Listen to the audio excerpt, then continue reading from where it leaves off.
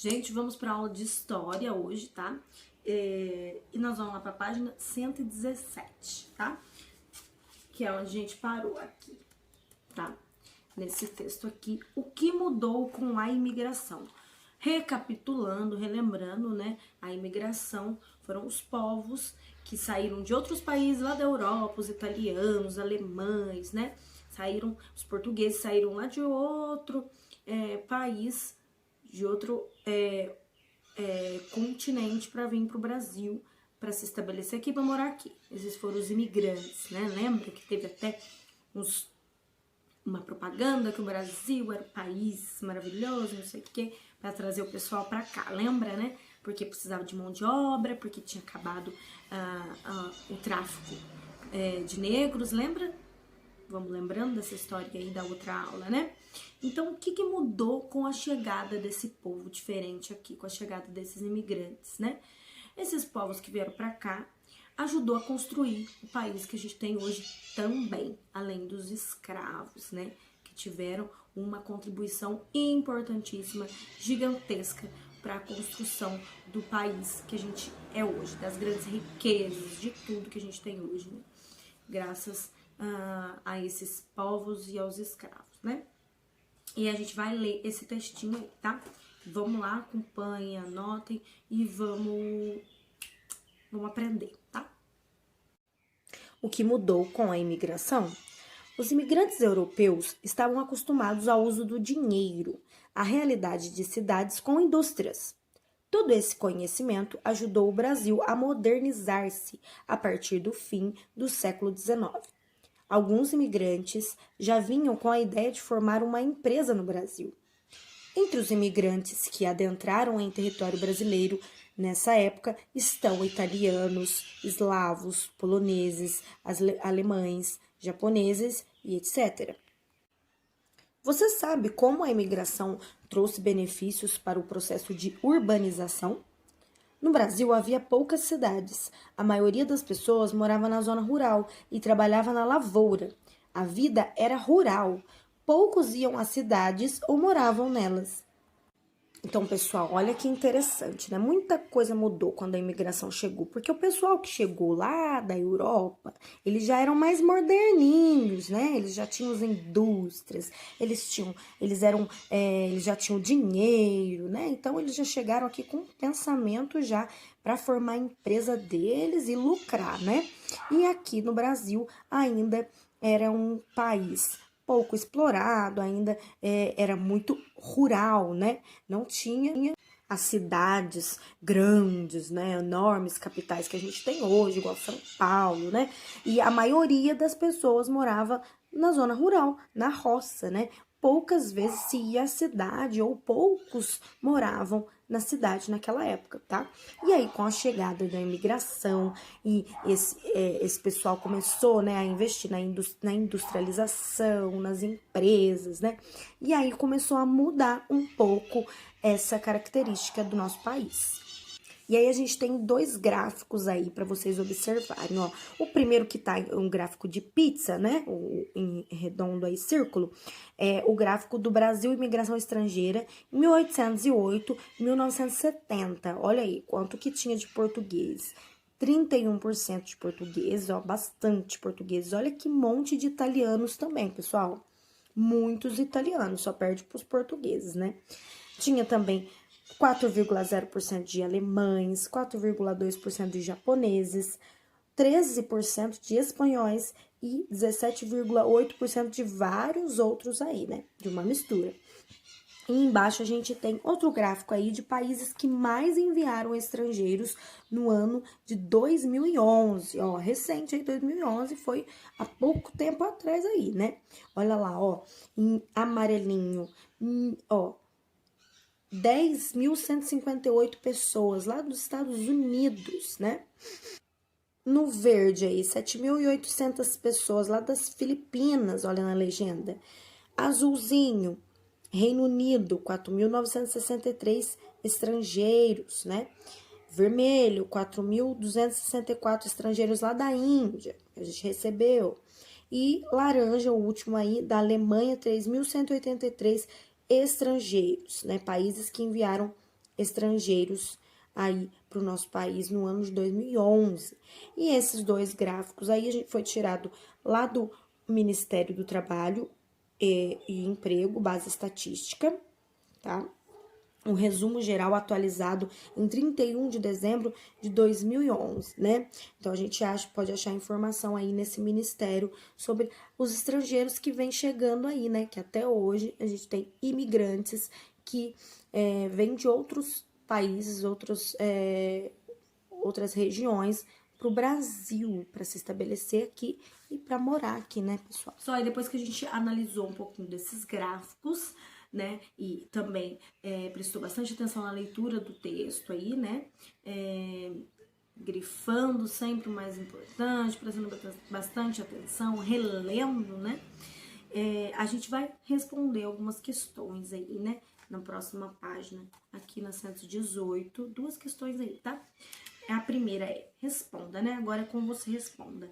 Até 1970, qual era o país que mais mandava imigrantes para o Brasil? Olha lá, em 1970, qual que é o gráfico que tá mostrando 1970? O de pizza ou aqui?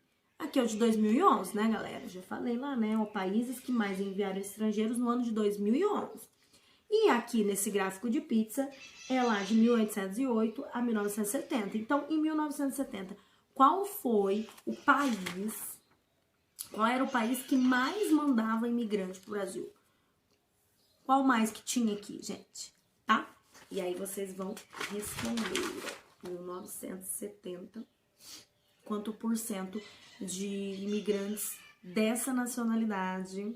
Quase que eu falei a resposta. Tinham aí no nosso país, que vinha pra cá, tá?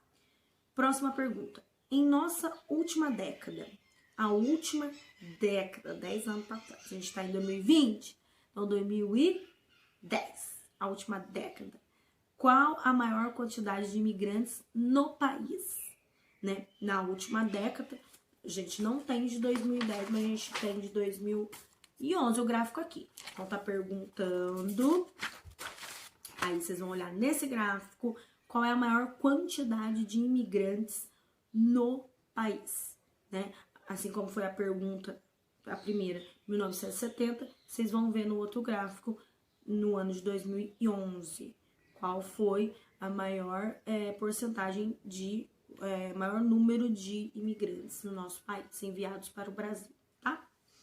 Mais um textinho pra gente conversar mais um pouquinho, pra ir finalizando aí esse capítulo aí sobre imigrantes, tá? Muitos imigrantes buscavam permanecer nas cidades. Em São Paulo, bairros inteiros de imigrantes surgiram. Um bom exemplo é o Brás, bairro onde se falava italiano nas ruas no começo do século XX. Foi desse modo que começou a haver um processo de crescimento urbano. Com o dinheiro dos impostos, da venda do café, o governo passou a comprar máquinas e incentivar a criação de indústrias, bem como a construção das estradas de ferro para facilitar o transporte dos produtos de um local para o outro. A população brasileira foi formada pelo processo de miscigenação que aqui se deu, ou seja, uma mistura de povos e etnias. Os indígenas são nativos do Brasil e contribuíram na miscigenação desde a colonização portuguesa. Os africanos vieram escravizados e contribuíram de forma decisiva para a cultura nacional. Por fim, muitos outros europeus de várias nacionalidades imigraram e contribuíram com variados elementos da sua tradição. A diversidade étnica e cultural do Brasil deve-se, em grande parte, às diversas nacionalidades que escolheram ou foram obrigadas, no caso dos africanos, a imigrar e compõem, assim, a sociedade brasileira. E aí depois tem uma historinha aí de dois amigos conversando, né? E o menino fala para a menina: eu estava pensando, é muito legal saber que nossos ancestrais contribuíram para tornar a cultura brasileira o que é hoje. É bom viver em um país com tanta diversidade cultural, não é? Aí a menininha responde: verdade, vivemos em um país com tantas pessoas diferentes. Pena que ainda haja pessoas que não percebem a importância dessa diversidade e têm preconceitos. Por isso, devemos ensinar a todas as crianças a sempre respeitar o outro e gostar das pessoas do jeito que elas nascem. E aí, pessoal, o que vocês acharam? É isso, né? Acho que o recado tá dado, né? A importância que foi tanto a imigração, né, quanto a contribuição dos afrodescendentes para o país que a gente é hoje, né? Um país tão diverso, eu acho que um dos países mais diversos do mundo inteiro, né? O Brasil tem gente de tudo quanto é, tem gente branca, preta, amarela, índia, tem italiano, tem japonês, tem alemão, né? Contribuiu para o país que a gente é hoje, um país rico culturalmente, um país diverso, um país bonito, né? Apesar dos pesares, né? Que a gente não pode deixar de refletir algumas questões aí, que é muito importante, que a gente já conversou, sempre importante falar sobre questões que permeiam a história do Brasil, que até hoje tem resquícios, né? A escravidão, até hoje ela tem resquícios, né? O preconceito, o racismo, até hoje, infelizmente, permanece na nossa sociedade. A gente não pode deixar de falar sobre isso. A gente tem que falar, a gente tem que refletir e começar a se impor, né, sobre algumas questões, não é mesmo? E, acima de tudo, exigir respeito. Todos nós temos direito de ser respeitados, tá? É um direito, né? A gente tem que exigir o respeito, tá? E fazer com que o outro respeite também, não é mesmo? Então é isso. História é isso, gente. Aí aqui, ó, na próxima página, vai ter umas dicas de livros. Aí eu adoro essas últimas páginas, gente. Olha que legal que é. Essa dica de livro, dica de filme, isso é muito legal, né? E aí eu já vi que tem esse aqui, Zumbi, o menino que nasceu e morreu livre. Lindo, eu vi, tem no YouTube, tá, gente? Se vocês quiserem assistir, no YouTube aí tem uma menina, acho que foi da escola, um trabalho de escola, ela lendo esse livro. Muito legal. Pesquisei vários, acho que eu só achei o Zumbi, o menino que nasceu e morreu livre, tá? No restante eu não achei, não. Mas é muito legal, se estiver na escola, vocês podem procurar, pedir, se vocês forem na escola, perguntar, sabe se tem esse livro, né, lá, que é legal, tá, pessoal? Várias dicas de livros aí, tá? E depois vocês dão uma olhada aí. Então, eu vou encerrar essa aula, né, porque depois a gente vai pro capítulo 3, então eu vou deixar o capítulo 3 para a próxima aula, para não misturar muita coisa, né, que é os movimentos sociais no Brasil, que é a parte que eu sou apaixonada, né? Eu faço parte de movimentos sociais, então para mim falar sobre movimentos sociais é uma alegria. Então, por hoje, história, a gente vai ficar só com isso e vou deixar um vídeo, tá? Para vocês assistirem sobre, para finalizar mesmo esse tema da imigração, né? Da urbanização, como que o Brasil foi se tornando o Brasil que é hoje, né? Que antes era muito rural, né? O pessoal morava muito na roça e com a chegada dos imigrantes, a industrialização, as indústrias foram chegando e aí o pessoal da roça foi indo para a cidade para trabalhar nas indústrias, né, pessoal? E aí começou as cidades foram ficando maiores que a zona rural, né? É isso. Então, vou colocar o vídeo aí para vocês assistirem, para complementar as aulas que a gente teve, tá bom? Então é isso, bons estudos, qualquer coisa eu tô aqui e até a próxima.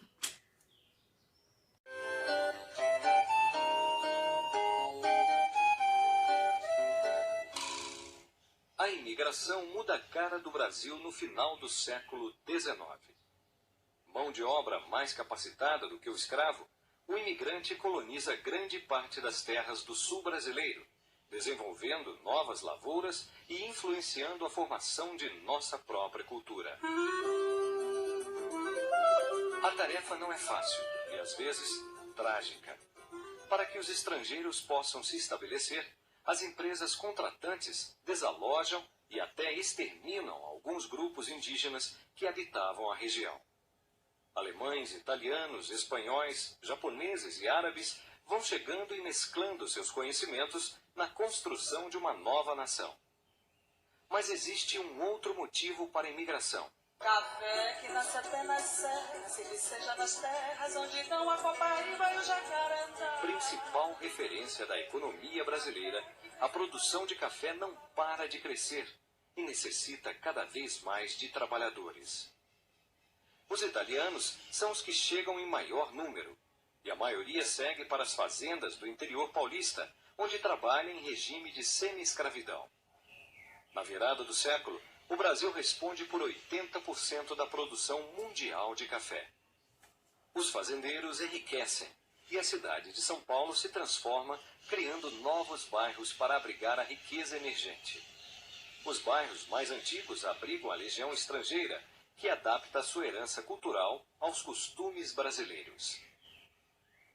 Toda essa euforia faz com que os cafeicultores produzam muito mais do que o mercado é capaz de consumir. O preço do café despenca e milhões de sacas excedentes são queimadas.